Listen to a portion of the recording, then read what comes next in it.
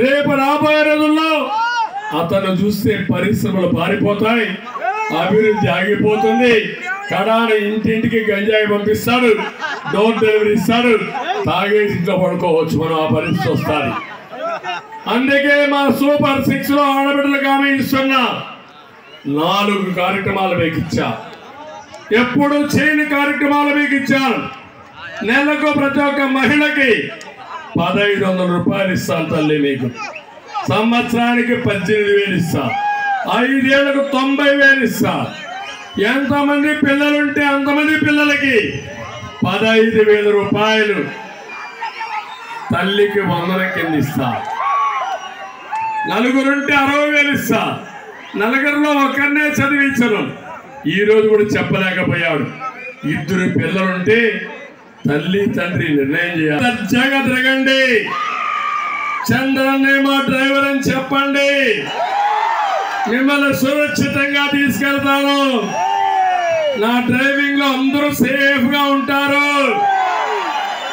4 ధరలు పెరిగాయి. నేను ఇచ్చిన దీపం ఆటకెక్కింది.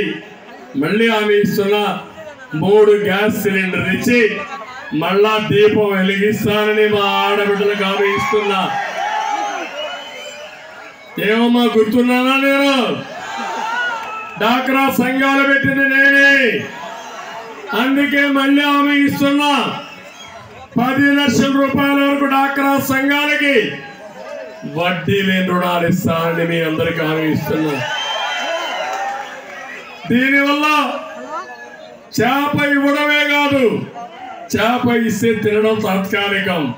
చేప ఇవ్వని రోజున పస్తు మళ్ళీ నేను ఇచ్చేది వల కూడా ఇచ్చి చేపలు పట్టే మార్గాన్ని నేర్పిస్తా, సంపద సృష్టించే మార్గాన్ని చూపిస్తా.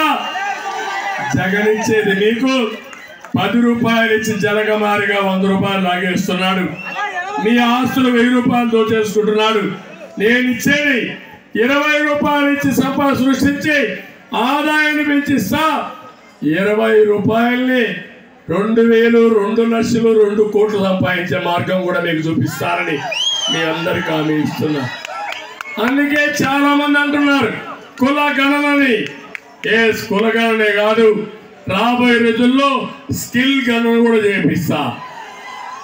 ఎవరెవరికి ఏమేమి స్కిల్స్ ఉన్నాయో చూసి ప్రపంచానికి ఏ స్కిల్స్ అవసరమో చూసుకుని మీ అందరిని ఆ స్కిల్స్ ని డెవలప్ చేసి మిమ్మల్ని పైకి తీసుకుపోయే కార్యక్రమానికి శ్రీకారం చుడతాను.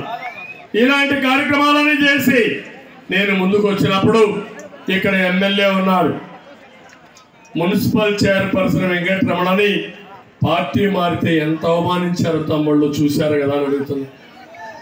గిరిజన మహిళ, యానాది మహిళ అవమానం చేశారు అంటే ఈ పెత్తందరూ ఆవిడ మాట్లాడింది నెత్తిన రూపాయి పెడితే 5 పైసలు కూడా అమ్మదంట.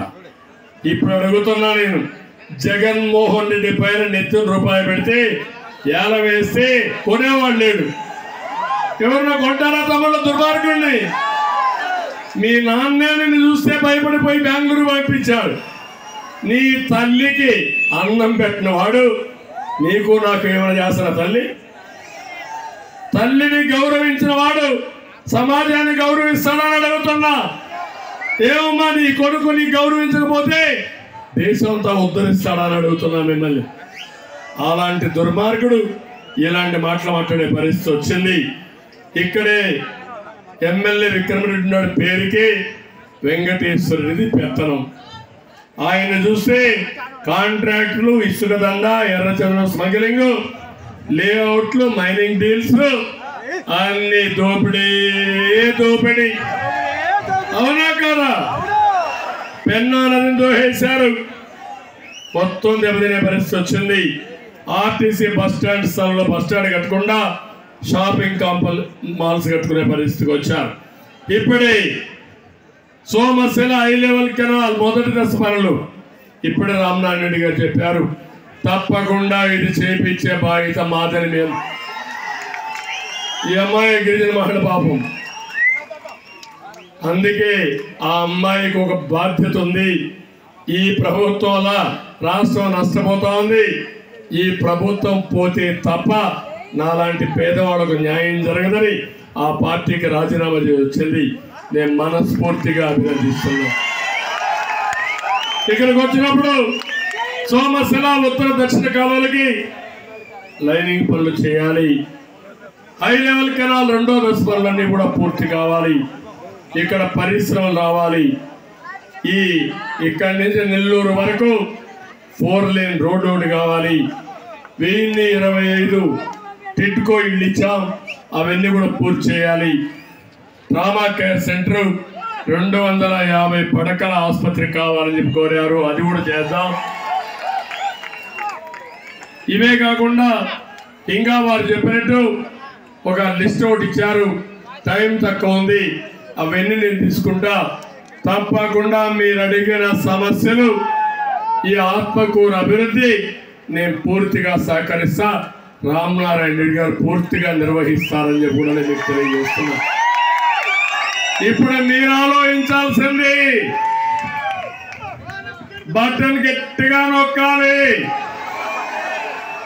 జగన్ నొక్కే బటన్ మన ఇంట్లో అమ్మమ్మ కూడా నొక్కుతుంది, నాన్నమ్మ కూడా నొక్కుతుంది. ఈ పిల్లలు కూడా బ్రహ్మాండంగా బటన్ ఇస్తే గట్టిగా